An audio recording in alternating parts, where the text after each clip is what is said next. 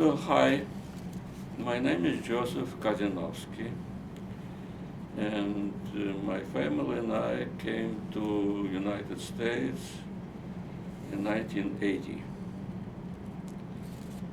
So today I would like to share with you the thoughts why and how we get there, and share our experience in the former Soviet Union and in United States. I would like to start with a few words about Shirley Goldstein, and not in the sense that she was a wonderful, sweet woman, which she actually was, but her role in the human rights movement and how it affected our family, and believe it or not, it might affected the destiny of my previous land, Soviet Union.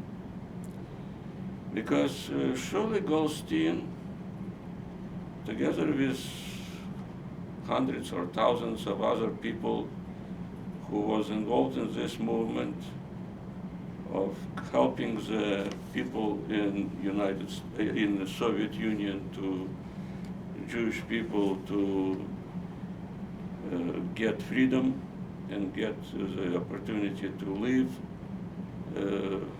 Soviet Union.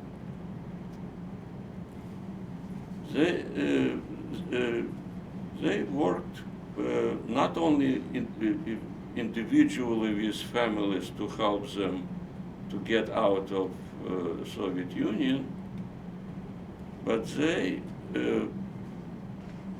organized rallies and demonstrations in protesting against the discrimination of Jews in the Soviet Union.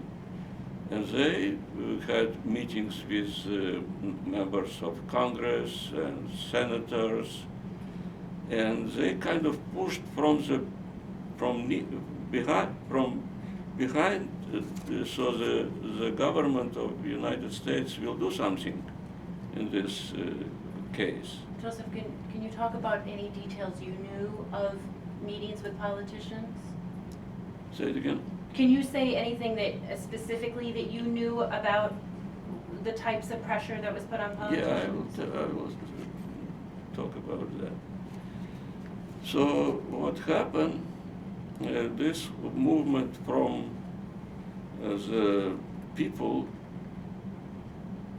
actually worked, and the government started to push the Soviet Union to fulfill the promises they made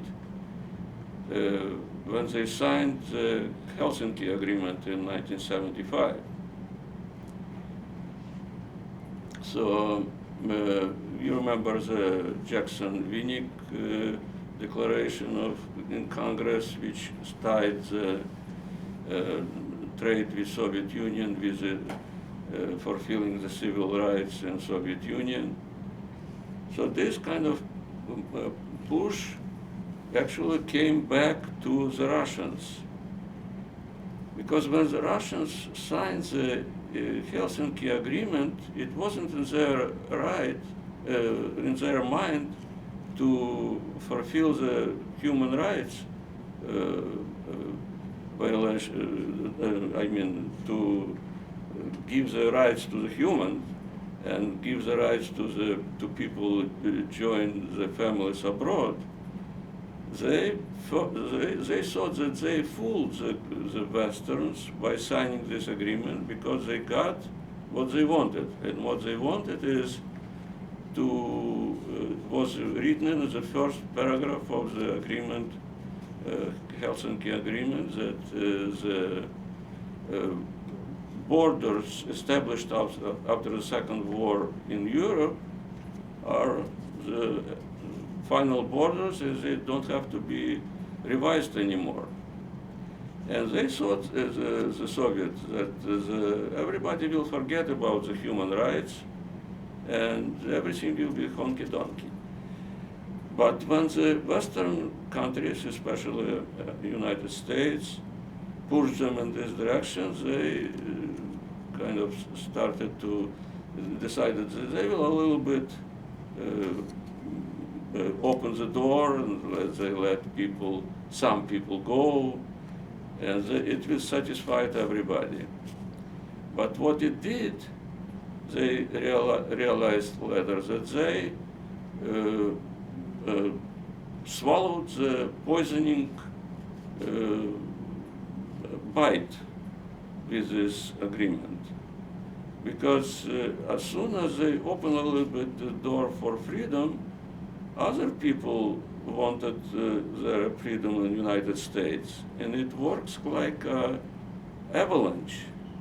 And finally, the Soviets lost complete control over the situation in the United States, in the Soviet Union, and it led in 1991 to complete destruction of the Soviet Union. So, in my opinion, the movement what Shirley Goldstein was involved in contributed to destruction of this empire, evil empire, like Reagan called it. And it was really an evil empire because for the people in the West who grew up in freedom, for them it's even hard to imagine the situation what the Soviet people were living under. It was a complete police, a country under the police control. They had surveillance of practically of every citizen of Soviet Union. I will give you an example. My mother in the early 30s was called in court to be a witness in a kind of a deal. She was just a witness. She was called in the court. It was a criminal case, something. And before they started to ask her question about the case, they asked her about her personal data.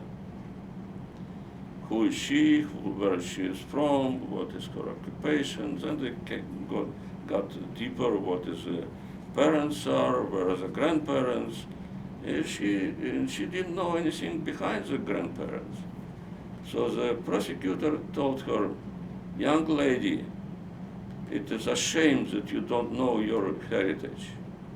So he opened a file and told her that, for instance, your grandfather was from such and such a town, and his occupation was such and such, and he went to this town. So they had a file on every person. And they created a situation when that they tried to not even people raise their heads above, and they have informers in every town, in every city, on every street. And it was not the informers that they paid to, but it was a rule that if somebody knows, if you know something about somebody, that he is doing something against the government, it's your obligation to go to the KGB and tell them. Because if you wouldn't tell it, and they will finally find out that you knew and you didn't tell, you are in the same trouble as the people who did something actual against the government. So in order to show your loyalty, you have to right away go and tell the KGB and KVD on that time whatever you know about the neighbor, or sometimes even about your relative. So that was a terrible situation, and they depressed any resistance by arresting. They started it right after the revolution of 1917, and first they didn't know what to do with all the arrested people, so they killed them by thousands. Then in the 1930s, the industrial revolution started in Soviet Union. They built a lot of factories and all this infrastructure around the whole the Soviet Union. And they something came to their mind. Look, they have free, instead of killing them people right away, you can use them as slaves. So they reinvented slavery in the 20th century in Soviet Union. And almost every family in Soviet Union had at least one or several people who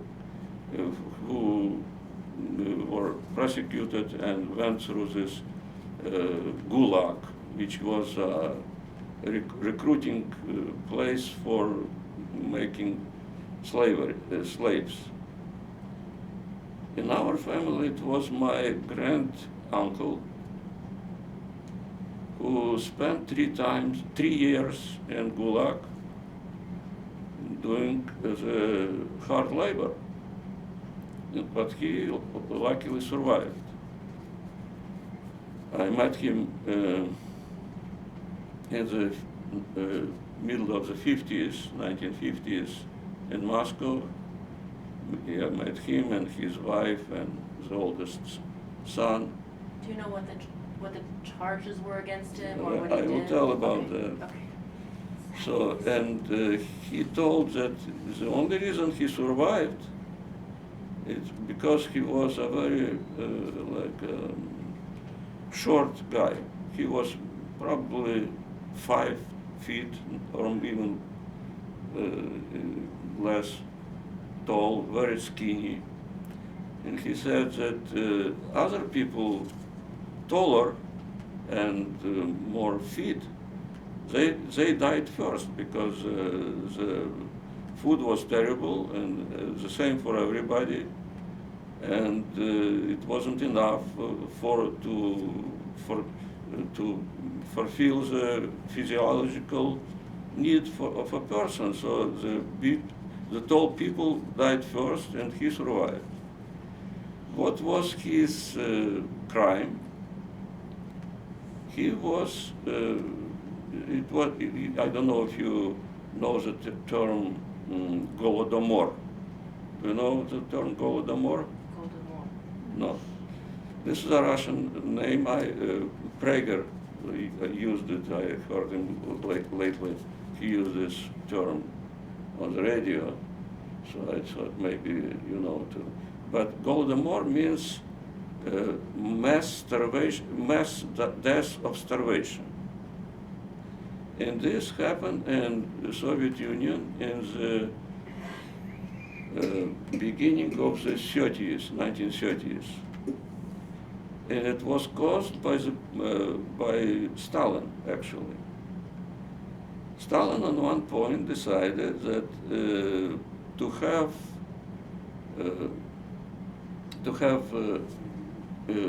farms, individual farms, it's not convenient. So he declared that everybody has to get together and create in the villages the collective farms, the kolkhozes. But he didn't do it on the, it was a mandatory demand. Everybody has to stop doing their work, give up all their stuff to the kolkhoz and start all over again in the collective farm. Of course, it created resistance, especially from the farmers who were working harder and making better living, and they didn't want to give up their land and stock to the people and start all over. So they resist. In order to break the resistance, Stalin sent the NKVD groups, and it mainly worked in the Ukraine and Volga River, Povolzhia area, the main suppliers of grain, especially wheat grain. So what they did, the NKVD groups, they went from farmer to farmer, especially who would resist, and they forcefully confiscate all the grain from the farmers. Not only the grain which they preserve for food and for the animals, for the stock, but even the seeds. So when the next spring came and they didn't have anything to put in the ground, to plant it, and especially in the next summer when they didn't have any harvest, a mass starvation started. Mass, and they still don't have. They just have estimation how many hundreds of thousands of people died in this area. So, and it was starvation not only in the villages, but in the cities too, in the same Ukraine and Volga River area. So whoever was able, they tried to escape to areas where the NKVD didn't do it, and starvation wasn't as bad. So this great uncle, he was the brother of my grandmother. His wife found that she has relatives in St. Petersburg, Leningrad at that time. And so they contacted with the relatives, and the relatives promised her that they will help her to establish in Leningrad, and so the wife of this great uncle took the kids and left for Leningrad. And he stayed to finish the job. He had to sell the house and all the stuff. So they had an agreement, so in a couple of months he will do it and he will join them in Leningrad. In order for him to survive, the wife sent him from Leningrad a few packages of non-perishable food for him to eat, because there's nothing to eat.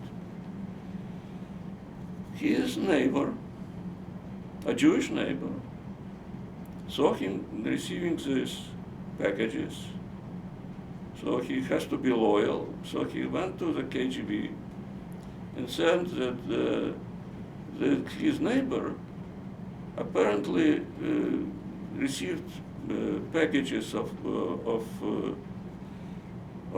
food to sell on the black market for profit.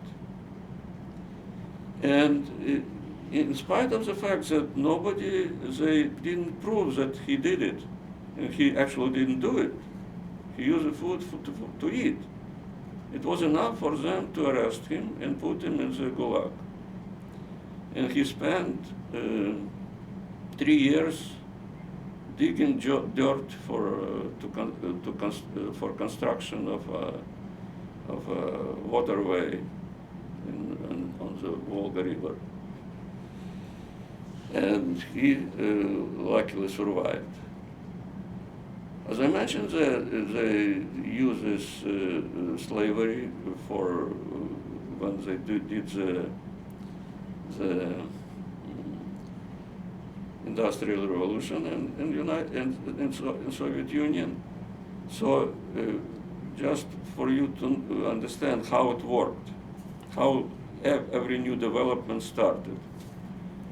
They started by bringing a smaller group of prisoners to the site, future site of development, and they built a concentration camp for themselves and for more people to come.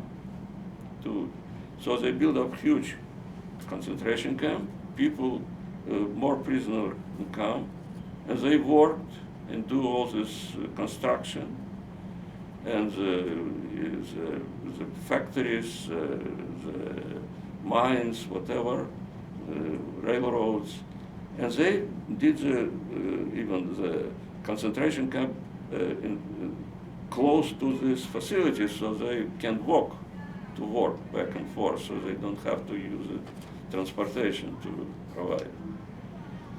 So after the development was done, there was two choices: either they relocate to another location, or they use these slaves to work on these facilities they built. In 1959, I was a student in Moscow, and as a part of the curriculum, they sent the student to different part of of the country to have a taste of real work, to work on the sites. It was called practice. So on that year, me and 3 more students went for the practic works in. If you took geography, you can see, like I can explain, it was the farthest northeast of Europe, along the Ural mountains, above the polar circle, in the tundra. We were stationing in the town called Inta. What happened there? And so we came there, and they have, of course, work for us, but they didn't have a housing for us. So what they did, they put us, believe it or not, in the concentration camp. But it was 1959. It was just a few years after Khrushchev did the right thing and dismissed the whole Gulag system and released hundreds of thousands of people who survived. And this concentration camp was empty, but it was still preserved. All the wires were around with the barbed wires, with the watch towers, but there was no watchman. So we lived in one of the barracks. So when I arrived first, I was stunned, basically. What I saw is, if you saw the pictures of Dachau and Oswiecim, that's what I saw in Inta. It was hundreds of barracks, row by row, as far as you can see. They didn't allow us to walk around, but we lived just in one barrack. But we saw hundreds of them. why there's a concentration camp there. In 1930s, or maybe in the even 20s, they found a big coal in this area. So in the Vorkuta, in this area, they found the coal, and they started to build the coal mines. Who built them? Of course, the prisoners. So that was the concentration camp for the prisoners. And in this case, when they finished the work, the prisoners worked in the mines too. So I talked when we were there, when they were released, I talked to the locals, and they said it was a disaster. The mines, there were no miners anymore. They were all gone.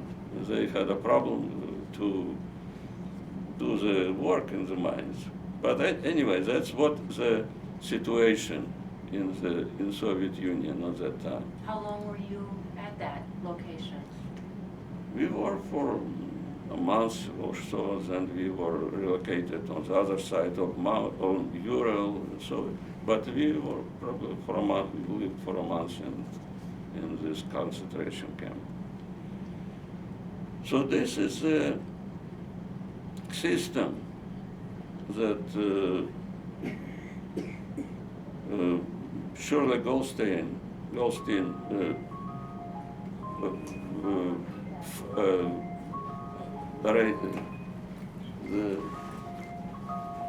declared. So it was a system that Shirley Goldstein declared the war against, and actually won the war. The system broke after all of this. So that's my kind of appreciation to the work that Shirley did to improve the situation in Soviet Union, which not only gave us the opportunity to leave Soviet Union, but actually broke this terrible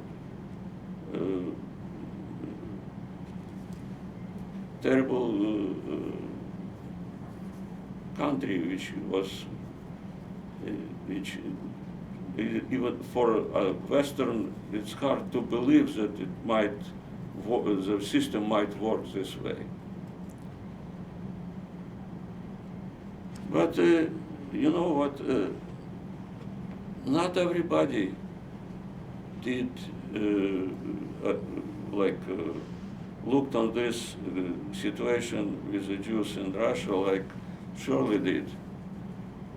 And I showed you the article I kept and still keeping from 30 years ago, written by a man. I don't want to tell his name. He passed away, and I wish he will rest in peace. I don't have anything against him personally, but I completely disagree with his argument in this article.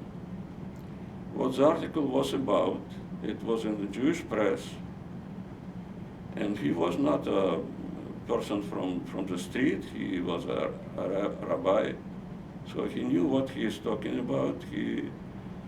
And what his argument was that the Jewish community of Omaha have to think not once, but twice and three times before they accept any more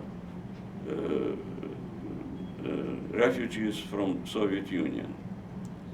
And his reasons was that, first of all, they don't go for religious freedom. They go only for economical reasons to have a better life here. Secondary, if they want to leave Soviet Union, they have to go to Israel. And the third, he said that it's not a good place for the Soviet Jews to come because assimilation rate here is very high, and what we will do is not good for them, so we will have them even more assimilate here in the United States. So in my, I would like to answer all of this if possible, if I could, if it's possible, because it is not my case, at least. I cannot talk for everybody else. First of all, I would like to say, so our family would not leave Soviet Union if not for the children. We wanted a better life for them. That's the only reason. A better life with less anti-Semitism, less violence, with less pogroms and all stuff like that. And the only what I knew on that time, that for the last 100 years, there was no pogroms in the United States, and the Jewish people who came to the United States did pretty well. And so I thought that we will somehow do more or less well. We have to take a risk for the children. And that's what we did. Because for ourselves, we lived like everybody else. And know what to compare it to, because information from outside was very small. The only what we know for sure is that there were two categories who live in Soviet Union better than us. Of course, it's the elite, who hold all the power in their hands, and they have all the privileges in the world. They have their grocery stores special for them, and their doctors and nurses and their places to rest on the best resorts in the country and all this stuff. And nobody could even touch the facilities that they were using. They have special supply for everything. And their kids were protected because they don't have to go through basically the exams even in the exams in universities were just like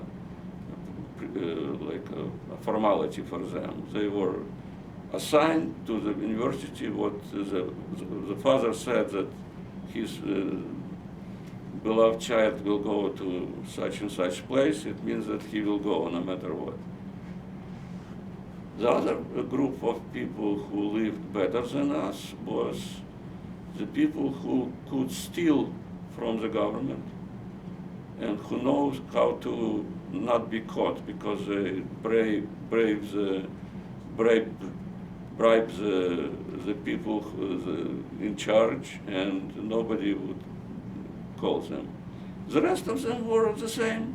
So we were poor, we were living from one payday to another payday, and sometimes it was tough to scratch the money, and especially it was tough when one of us was working, when my wife who should stay with the little children after they was born, one and then the second one. That was a tough time because it was, then in this time it was, we have to count every kopeck, and we ate like my grandmother was saying, kadochas na tepele. You know what does it mean? Yiddish is very nice language. You cannot express in English or in other languages what you can say in Yiddish. Kadochas na tepele means trouble or a headache cooked in a pot. That's what we ate. Basically, it was the truth because we ate stuff, believe it or not, that it is not considered food here for human. We ate other. Do you know what other is? Udder? Yeah. Udder? Yeah. Yes. That's what we ate. And it is, you know what udder is, no? No? Udder of a cow? That's what I figured, okay. Yeah. And it is, it tastes disgusting.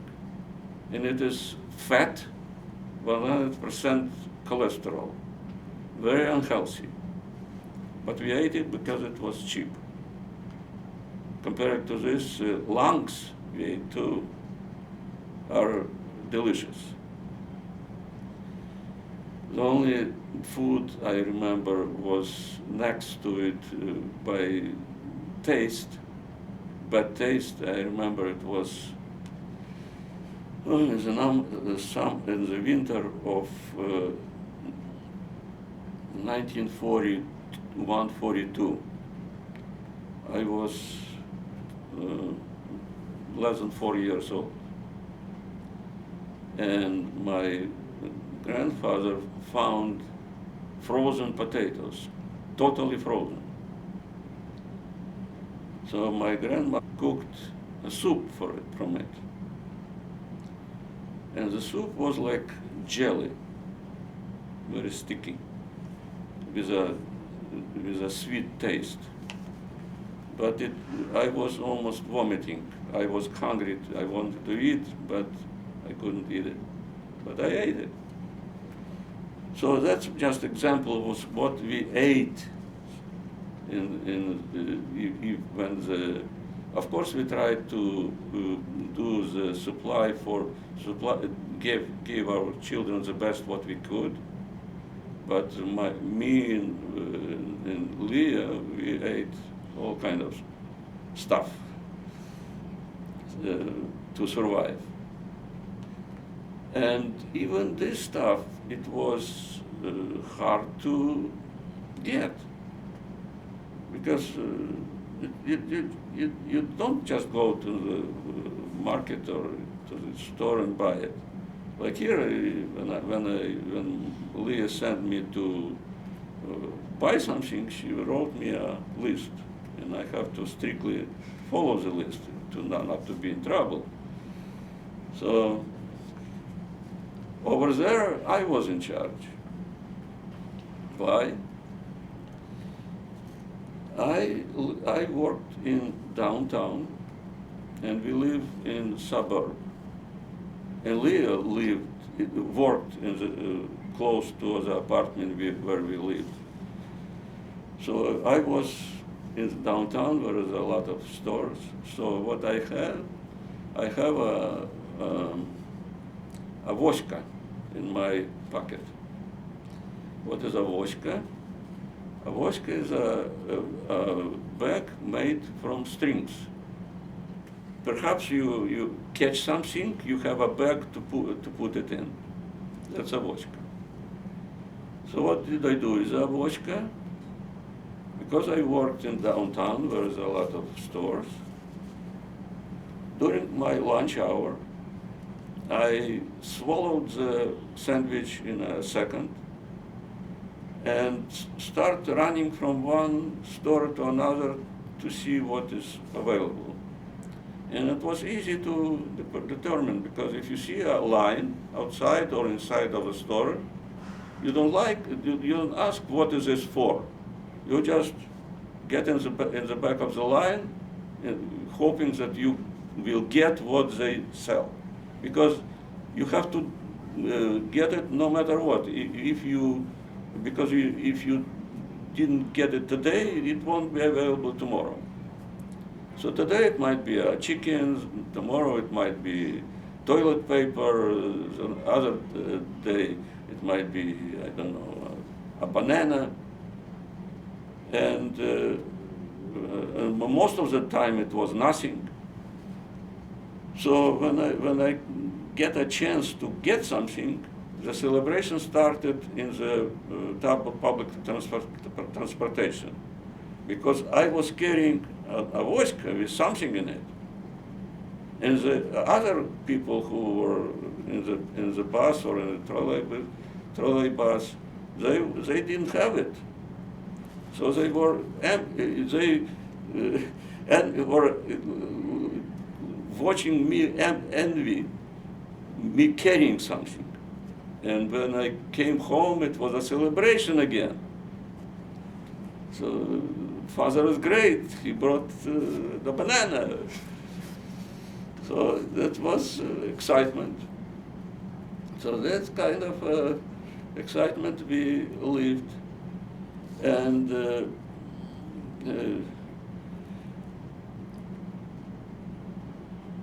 what else I would like to say? Could you talk about some of the anti-Semitism you felt your children faced? I will talk about that too. So,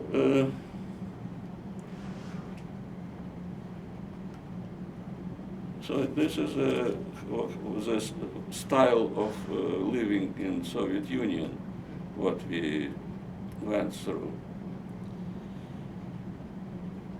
So the next argument the article brought was that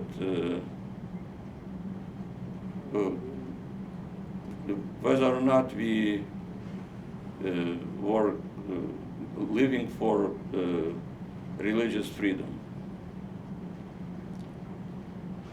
And to be honest, it was not our first priority,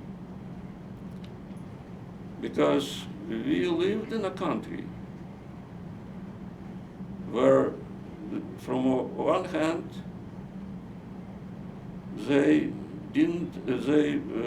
religion was forbidden.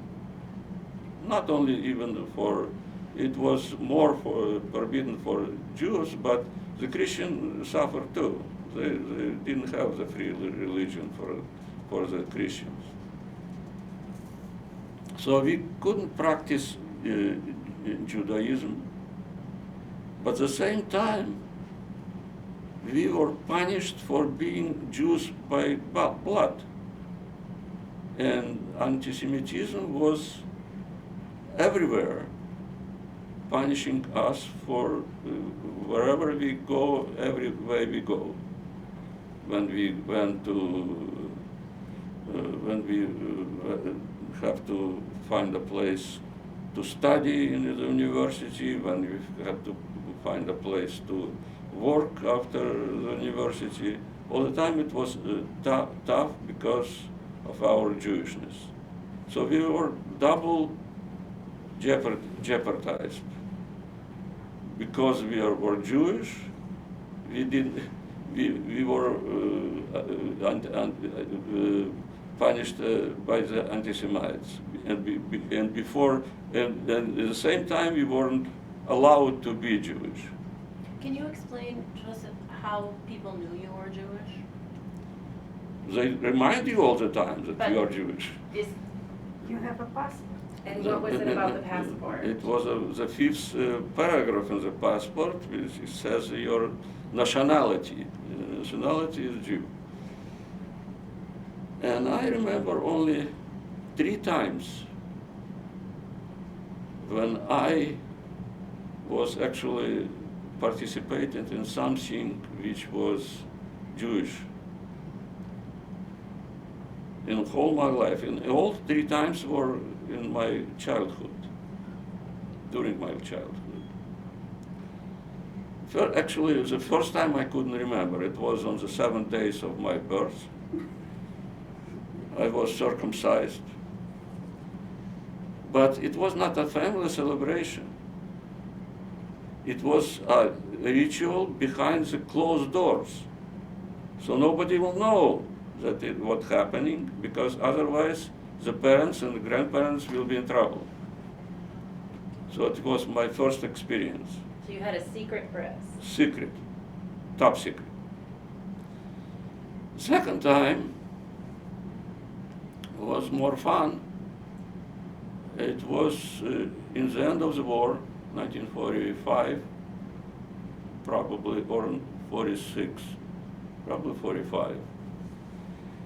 And my grandparents and my mom decided that it is time to celebrate Passover for the first time since the war started. It was not even in the project, because we were almost starving. But at that time we had some flour, and my grandmother prepared sheets, and my grandfather was a handyman, so he took a round piece of metal, cut with a file teeth on this metal, made a roller, and I was rolling the matzah, and it was fun. And it was another fun to make kosher all the kitchenware. So the father put the rocks in the oven, made them red hot, took the wash tap, filled it with water, put the, we have very little kitchen stuff, but he made it all kosher. And when we finished, he said, "No, my child, now there's a term to make kosher ourselves." And I said, "Well, what do you mean?" And he said, "You and I will take a piece of rock and put it in the mouth." And it was still steaming, it was hot. And I was ready to cry. And he burst and laughing and said, "No, my child, we are kosher by nature, don't worry." So this was the second experience what I had. Do you remember what you did for Passover other than have the matzah? Was that? No, I don't remember, Okay. because we couldn't do the whole Seder because we didn't have enough food, but at least we had the matzah. I remember the matzah. I don't remember anything else besides matzah. You don't remember? On the table. You don't remember, did your grandfather do any prayers? Prayers he did, of course, but I don't remember all the prayers. I still remember some prayers what he did. I remember the prayer what I still by heart can do the prayer what Yiddish prayer what they did when after the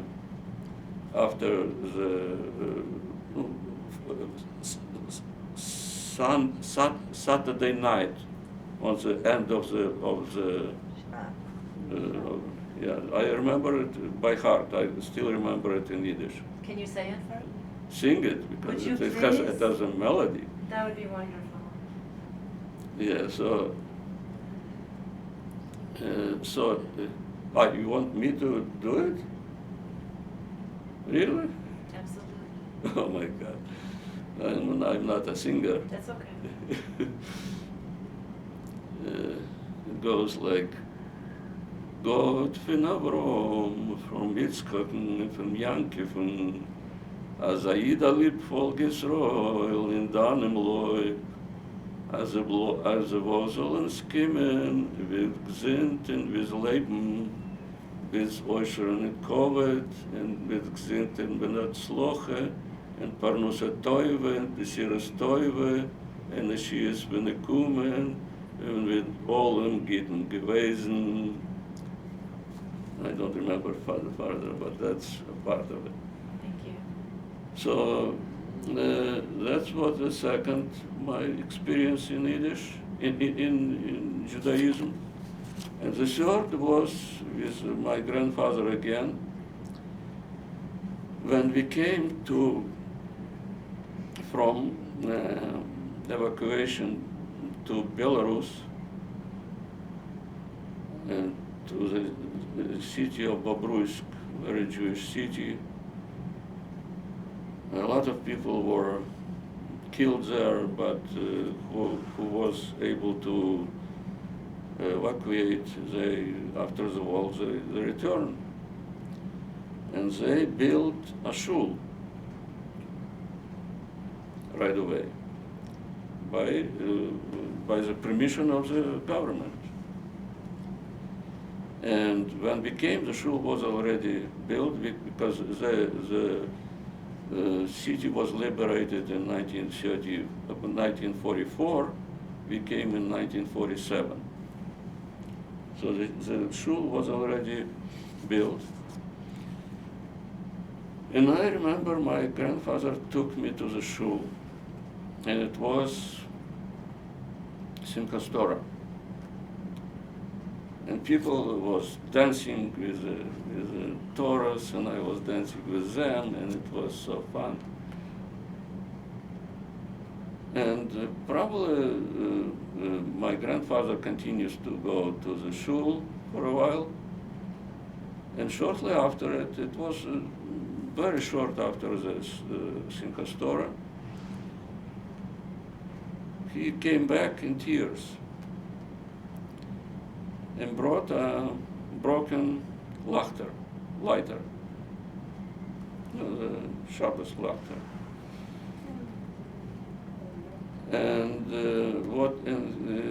told what happened. He said, I came to the shul, and the shul was demolished completely.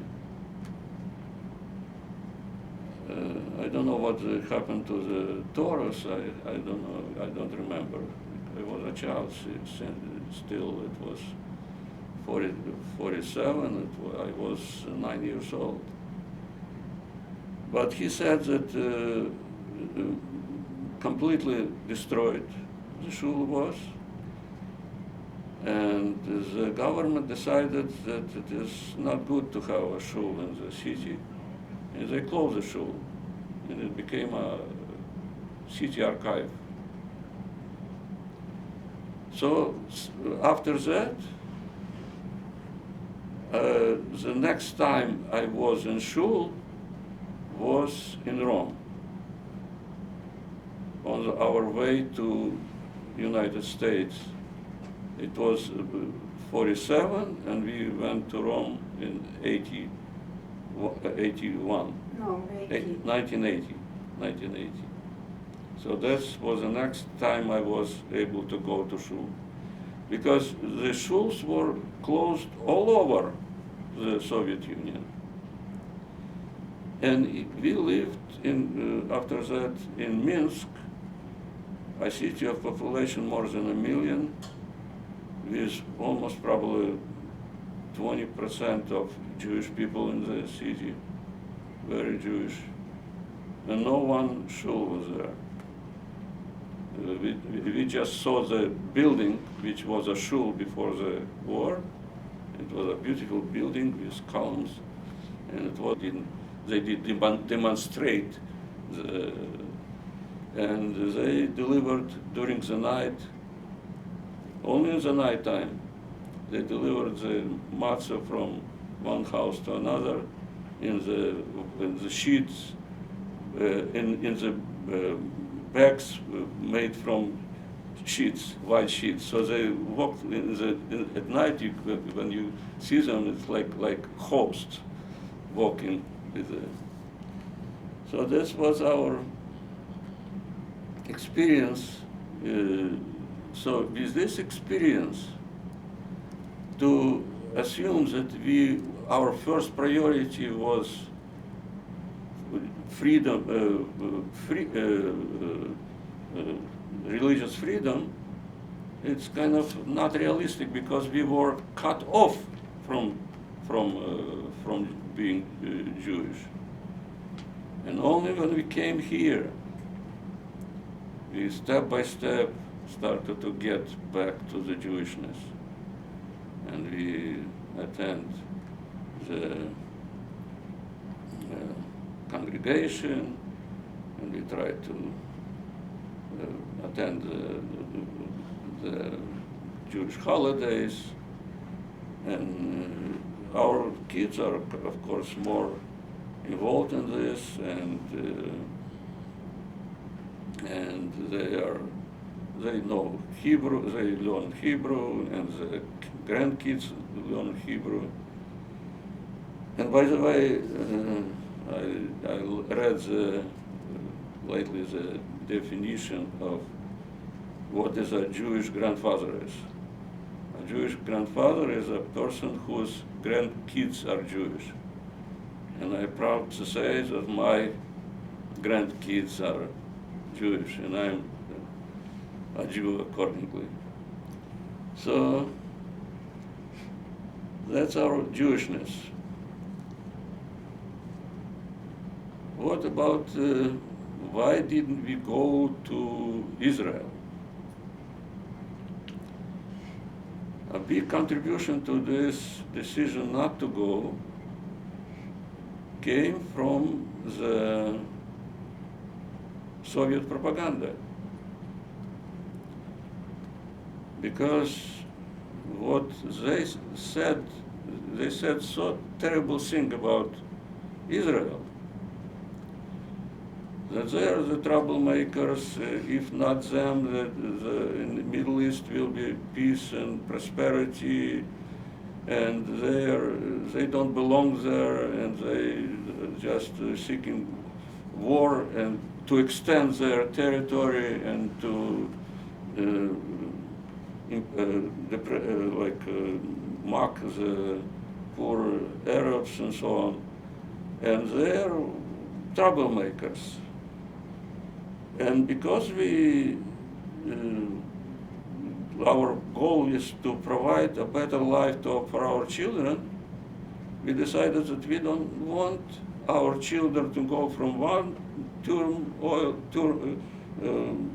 trouble place to another trouble place. We want something more peaceful. You might ask, what about, don't you understand that it is propaganda? Don't you have your own mind? I can tell you that propaganda works. Propaganda worked perfectly in Nazi Germany. The propaganda worked very well in Soviet Union. The propaganda works well here in United States as we speak. You might say, what do you mean in the United States? An example, the statistics, what we were talking about last time, how could it happen? Kids are saying that socialism is better than capitalism. Leftist propaganda works well because they are under influence of, the kids are under influence of propaganda starting at high school and continuing in the universities. That's what is in their mind, propaganda. I will give you an example of propaganda.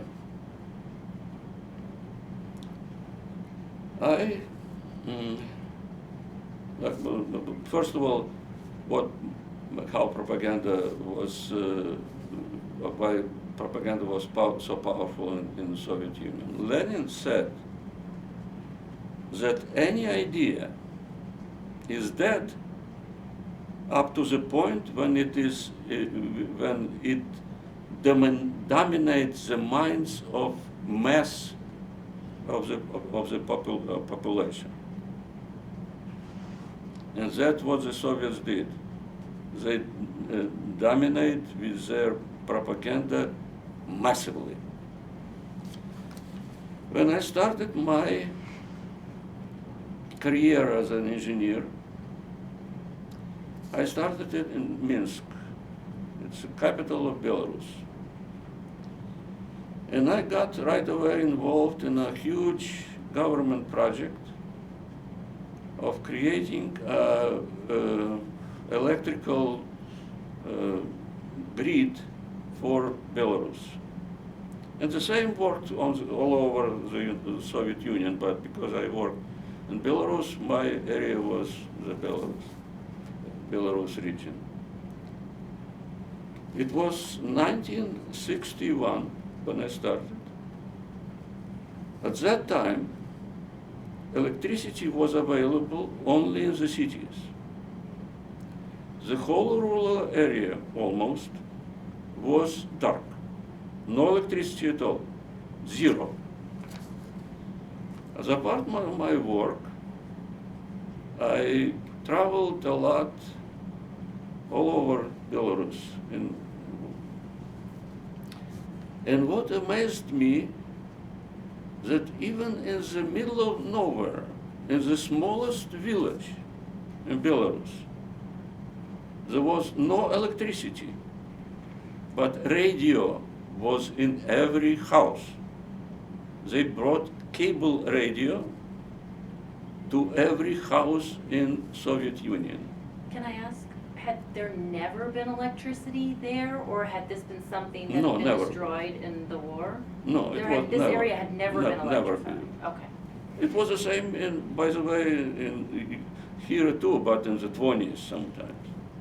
Over there it was in the 60s. So it is, and why they brought the radio to spread the propaganda. So everybody will be under influence of propaganda. Of course, we are trying to catch something on the portable radio receivers, information from Voice of America, BBC, German wave, but most of the time it was jammed. By the way, in Minsk we lived just next to the station was jamming our region. And it took a huge territory with huge antennas. So when you turn on your radio, you hear only wow, wow, wow, wow, wow, nothing else. So, but sometimes between the wow, wow, you can hear something. But it is hard even to comprehend this type of information, because the information from the radio was a total opposition what we got from from Soviet radio and newspaper and TV. So where the truth is? How to distinguish where the truth is? It's hard. I will give another example. Two examples. Shortly before we left, that's why I remember it well,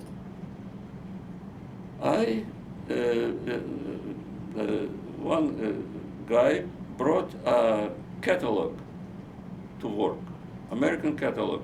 I don't remember what it's, Sears or something like that. You remember it was popular here at that time. People bought by catalog.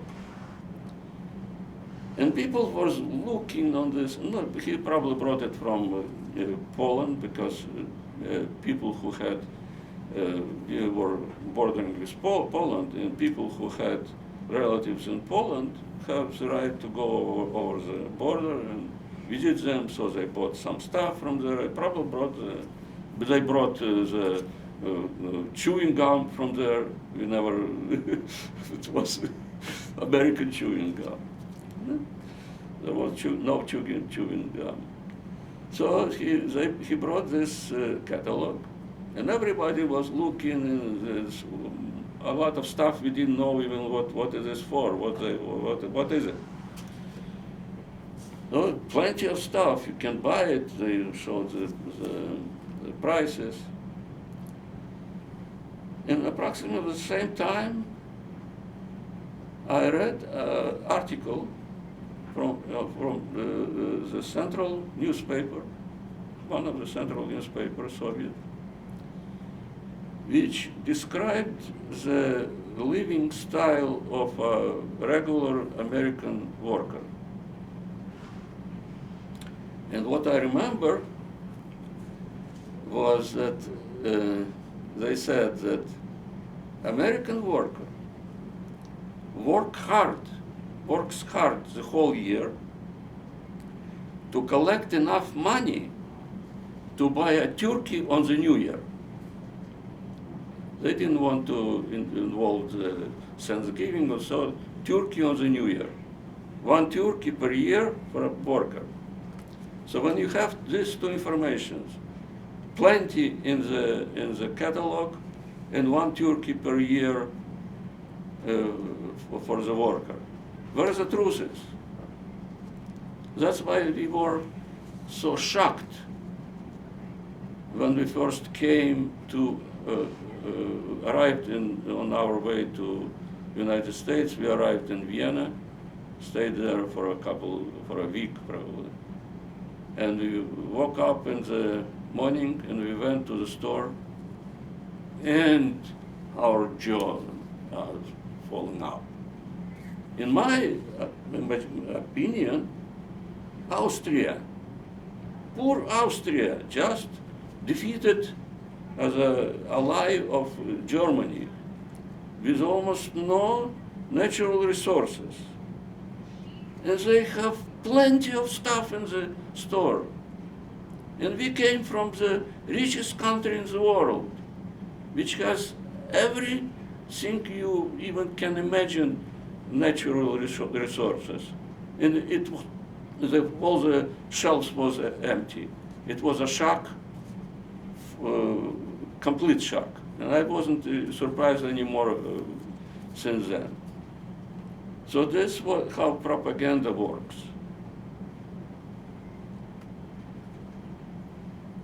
And what else I would like to talk about? So basically what I would like to say is that, once again, that we left Soviet Union for better life. Because the whole history of our family, as far back I can see, I got information back, like a little bit more than 100 years back. I didn't have the file what KGB had when they questioned my mom. It might help. But the whole history of our family is a history of struggle for survival.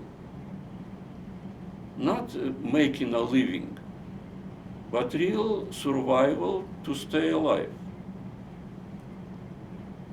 My grandmother told me the terrible stories about the pogroms of the beginning of the century, of the 20th century. They survived, but they were afraid that her brother, my grandmother's brother, other brother, not this one what was in the Gulag, he was a cantor. Very famous. He was even invited to New York to sing. I don't know why he didn't stay here, but he came back he lived in Kishinev. Moldova. And in Chisinau was big pogroms in this time. And now my grandmother's family lost contact with him for several years. They didn't know that if he survived in Chisinau.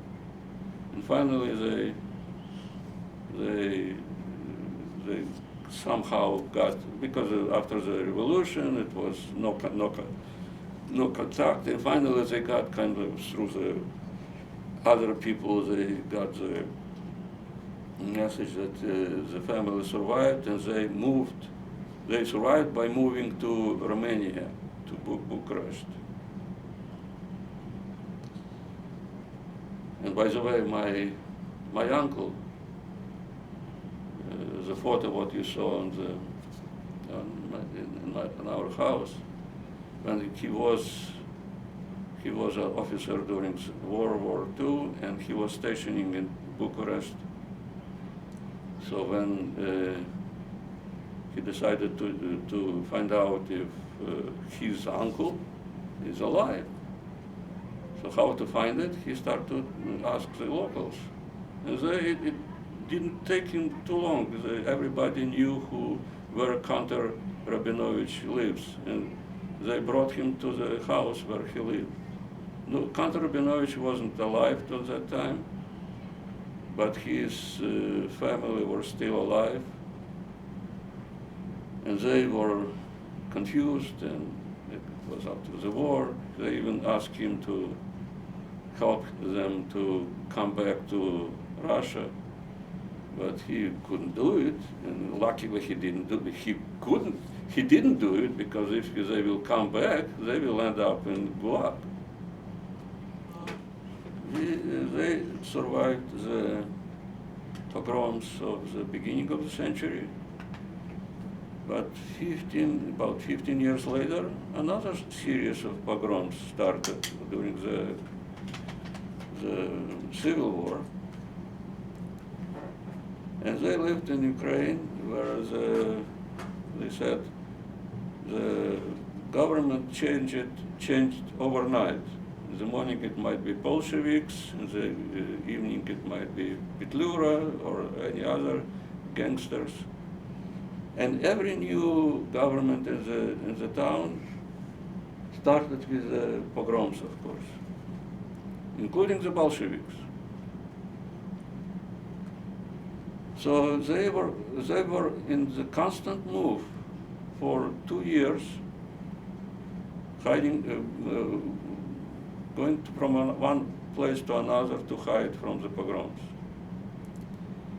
And she told several stories when they just miraculously survived, weren't killed during these pogroms.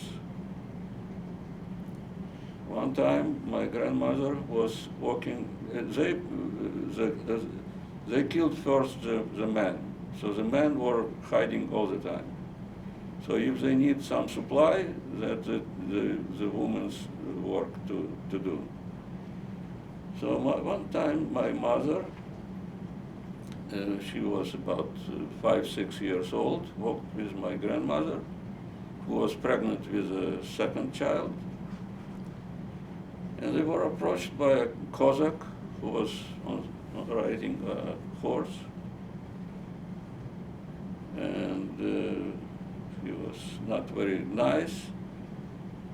And he said, "What are you hiding under your skirt?" Whatever. She said, "I'm pregnant." So with his sword, he tear off her skirt to see if it is she is really pregnant, or she is hiding something around her waist. But he didn't kill her. He might do the rest of it, but luckily he didn't kill her. The other time she thought that they were hiding in a house of a clergyman, a Christian clergyman. He was a diak, the one who sings in the church. And once the Cossacks again came and said, "Do you have the Jews in the house?" And she prays to God that she doesn't have it. Probably because she was afraid that she might be killed too if she will hiding there. And they believed her and left, and they were sitting in the house and shaking because they didn't go inside. So this kind of stories. And then the second war arrived. And there were questioned whether or not to go or to stay. Because my grandfather was a very smart guy. But he remembered how nice were the Germans when they occupied Ukraine in the 20s. In the 20s, just 20 years ago, less than 20 years ago. And they were nice. And they were treating the Jews better than the locals. And they were stationing in the Jewish houses because the Jewish houses were cleaner and nicer than the Gentile houses. So why do we have to leave? But my father was not only smart but more knowledgeable. He tried to collect any information about the Nazis and how they behaved, because in that time, Soviet Union was buddies with the Nazis. They signed the Ribbentrop-Molotov agreement.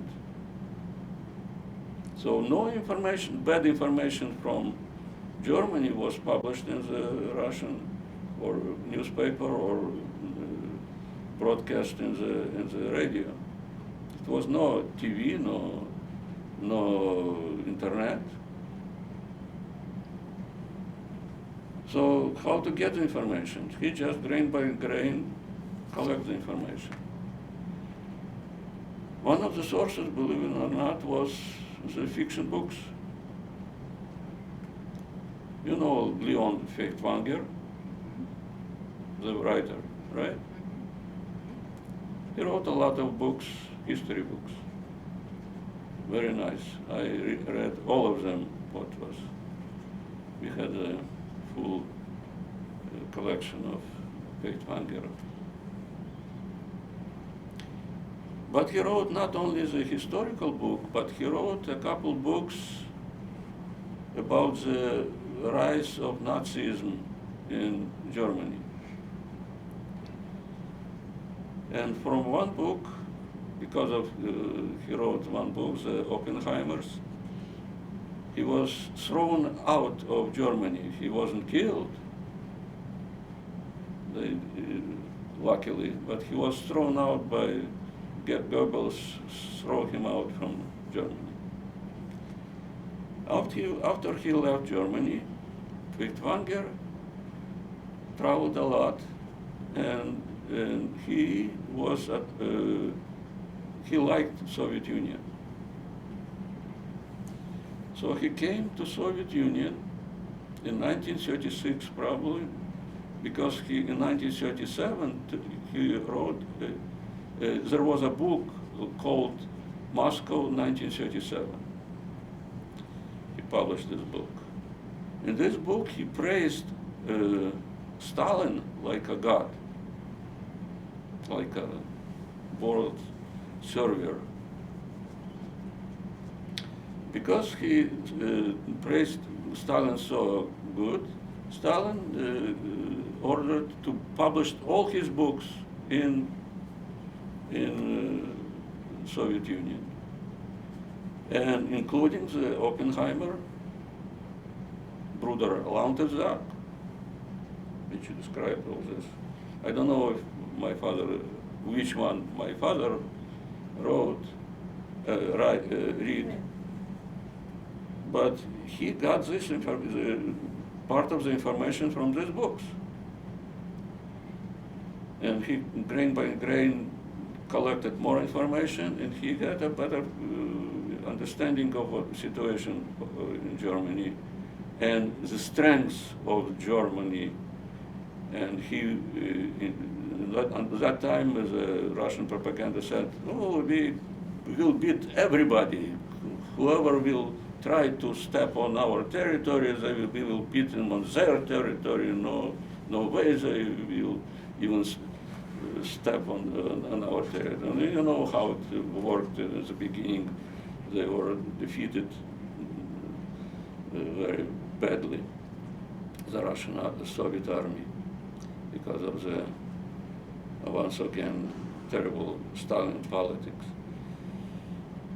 But that's why when the war started with Soviet Union in June 22nd of 1941, he volunteered to the army the second day of the war. Because before he left, he got the word from my mother that she will take the family, including his mother, and they will live as far east as possible. And my mother promised, and she did it. It wasn't easy.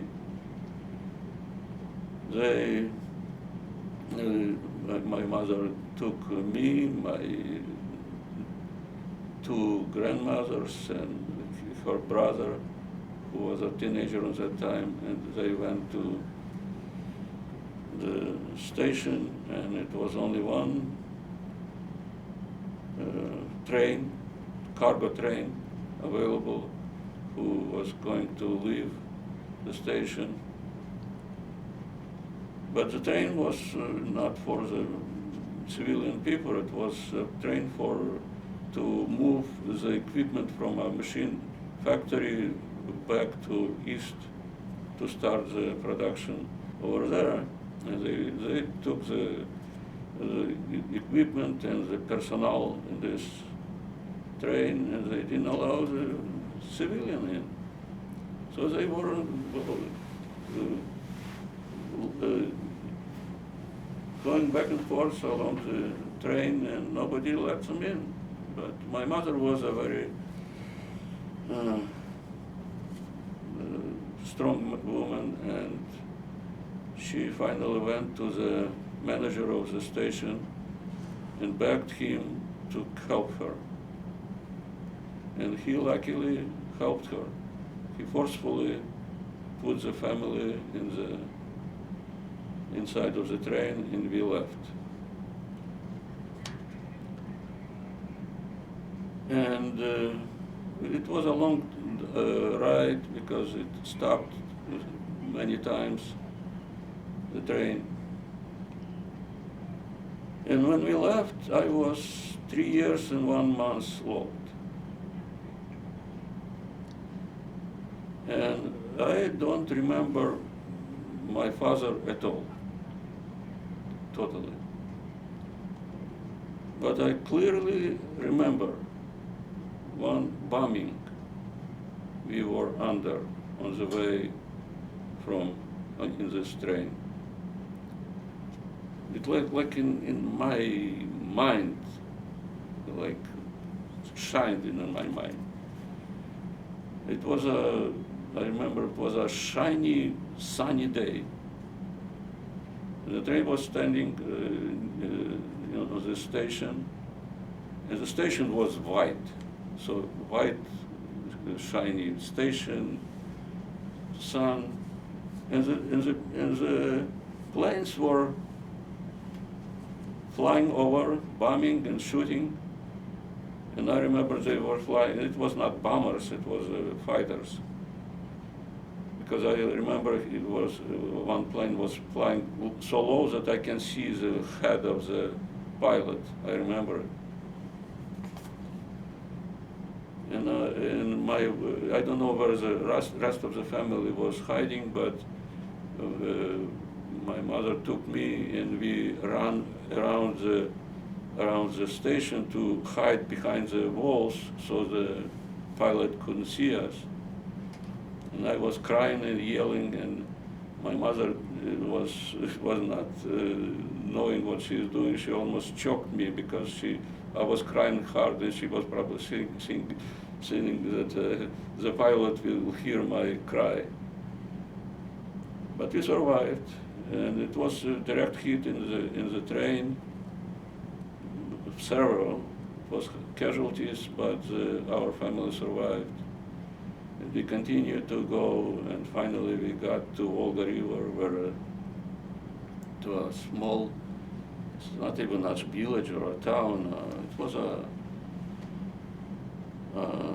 grain station with a grain elevator on it, where my mom got the job and a shelter to where we lived. And locals were pretty nice. They never saw a Jew before, so they came to look at us. But they probably thought that they will see horns or tails, live Jew. It was no anti-Semitism. Anti-Semitism came later with a wave of evacuees from the West who fled the Germans too. But it wasn't easy either, especially the first year, the first winter, and the first summer actually, until the next year. Because it was all, the food was rational, but the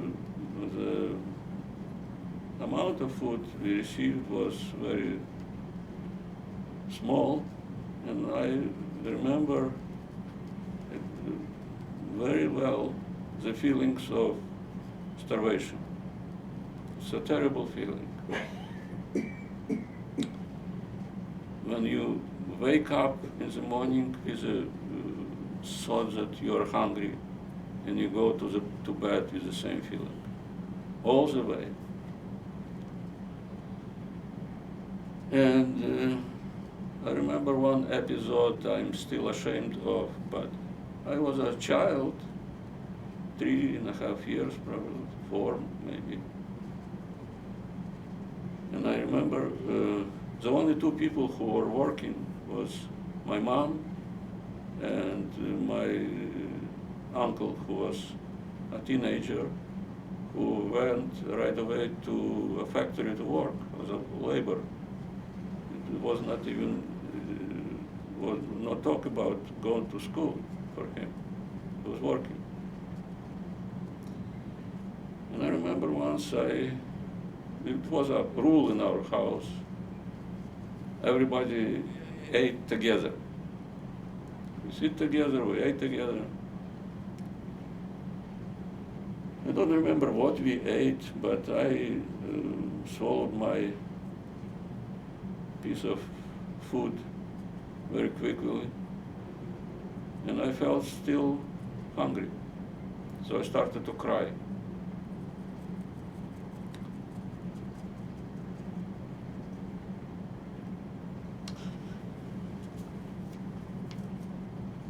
My grandfather stood up and cut a piece of food from my uncle and gave it to me.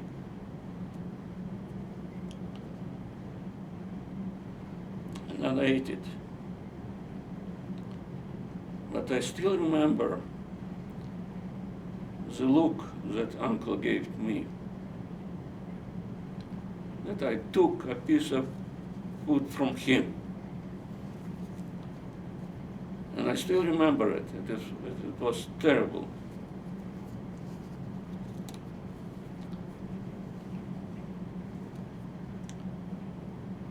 So that was how we survived. So, talking about that we left Soviet Union to have a better life for ourselves, like this guy told in the article, is completely wrong. We didn't know if we will fit in this society. We were both engineers, but whether or not we will be able to find anything which will make us make a decent living, we didn't know, but we took the risk. Of course, we are glad we did it. We did took the risk. And when we came, we understood that it is not a country of milk and honey. Life is tough here too. Especially for us, but when we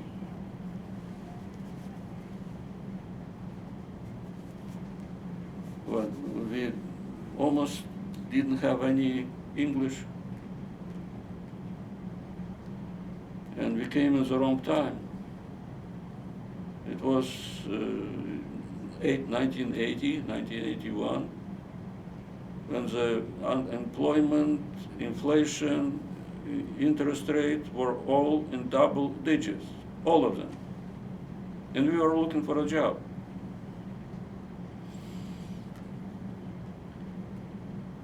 So it wasn't at the right time and not the right place. And we were sometimes, like Miriam took us to a couple places, me in particular. I remember we went once to Union Pacific in downtown. And by the way, the opening was on that time, which pretty much fit my background. But they didn't want to take a person from the street with no language. And they didn't take me. So we are looking in the telephone book for other engineering companies, mainly walking from one company to another, calling them up and asking for an appointment and calling to the laugh. Look, these guys want engineering jobs. We left our resumes, no calls from them, nothing. Not only from them, from other places too, but this was the first place they laughed on us even. They didn't want to talk to us. Finally, I walked into I made an appointment. I called them, an engineering company, which they were relatively close on Shaker Plaza. We were on 120, so it's relatively close. So I walked in and showed him, talked to one of the principals of the company, engineering company. He read my resume and listening to me and said, listen, do you know Lee Gendler? And I said, no. I was an honest guy. And he said, no, you probably is the guy who Lee Gendler was talking about recently.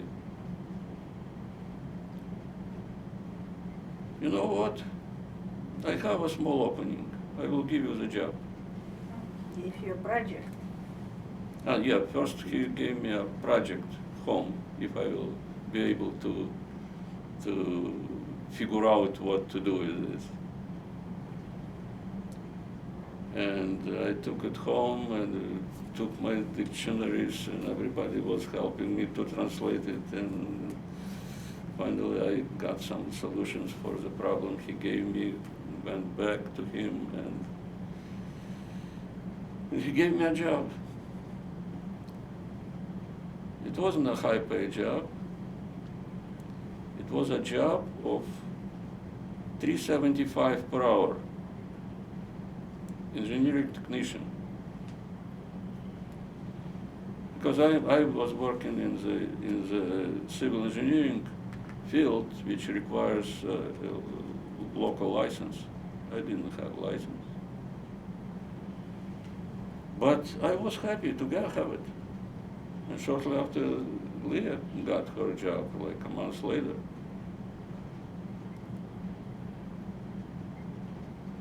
And the life became better. And first of all, our goal was not to take the food stamps anymore, because it was embarrassing. Especially my son was embarrassed. He was a teenager. And when we went to the store with the food stamps, he tried to pay for us. He didn't want the parents to be embarrassed. We didn't take any programs, government programs. We took only loans from the Jewish community. And our first goal was to pay back, first of all, to Hayas, who brought us all the way from Austria to United States. And we paid back to the Jewish community, who paid our bills for several months, for the apartment, for medical bills, the insurance, and gave us money for food. So we paid them first.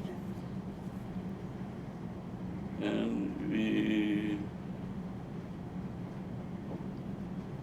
were happy that we are on our own feet. And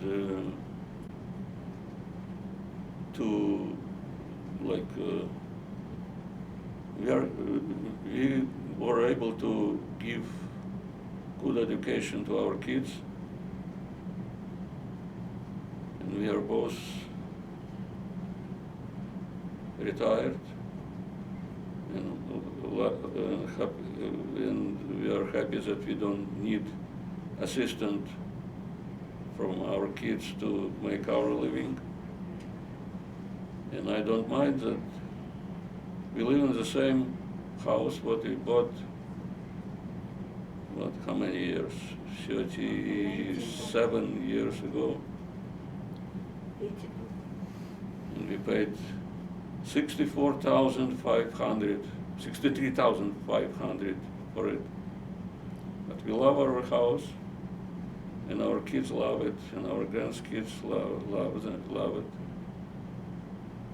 And I don't mind that my newest car is 14 years old, and my second car is 21-year-old, as long as it looks decent and it's still running.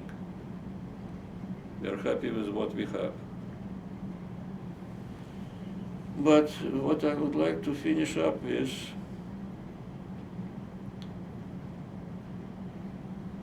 when I look around now, I'm not as optimistic as I was 30 years ago. Especially when you see what is going on. When people openly say that they want to change the situation here completely. They want socialism here. They want to destroy a country which was the most successful country in the world for the last more than a quarter of a millennium,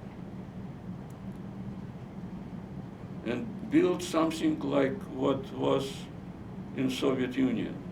I know what was. That's my main goal, to let everybody know what socialism is. And it repeated itself everywhere. In Venezuela, in Cuba, in Korea, everywhere, even in China, which is prosperous now, but they still don't have the freedom there. And I know that the country without freedom will not survive. They will fail too, eventually. And they want to change it openly. It was even impossible to imagine 30 years ago that openly people will say that they want to build socialism in the United States. And they want to build it now. And secondary scary is that the openly right now, never before, the people are saying anti-Semitic stuff in Congress without any confrontation, not only from the Congress, but from the Jewish community. Jewish community is silent, practically. No. They don't want to make them kind of uncomfortable. In my opinion, to make a good relationship with the enemy, you should sometimes punch him in the nose. It's only the way it works. They don't understand good word. They need only to be shown power. Without power, without strength, they will not respect you. They will put you deeper in dirt.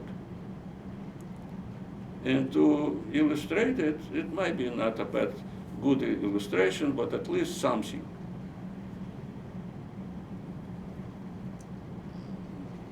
It might be the end of my presentation.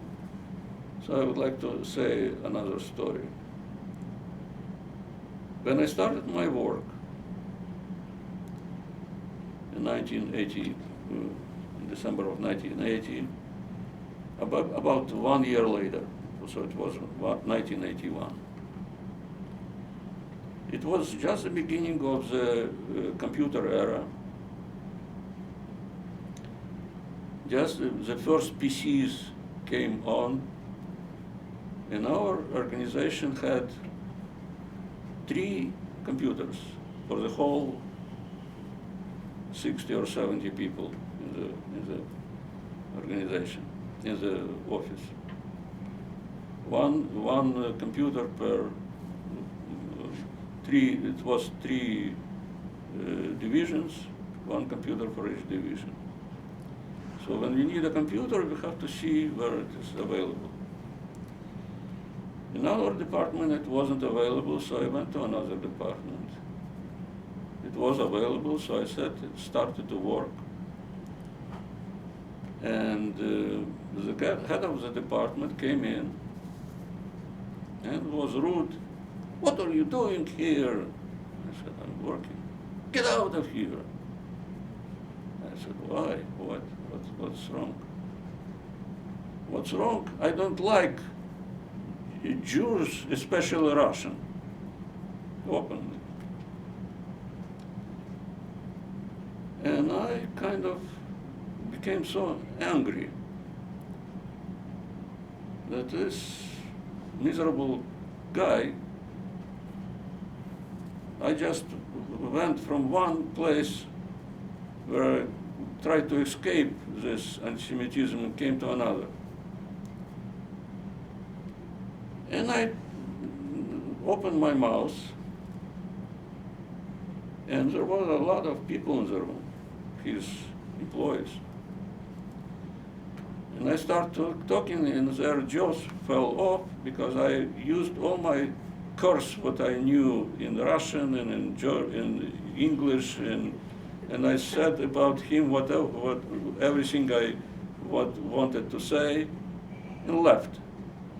And I thought that it was my last day over there, because he will go to the principal and say that throw him out. And it worked the opposite. He became my best friend. Not friend, but when I need something from his department, I was the first in line to get it.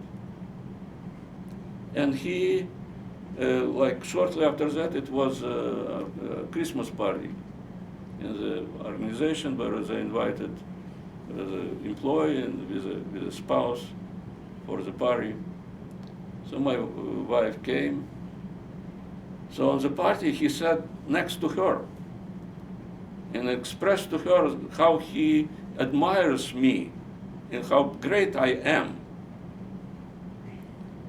and how happy he is to work with me in one organization.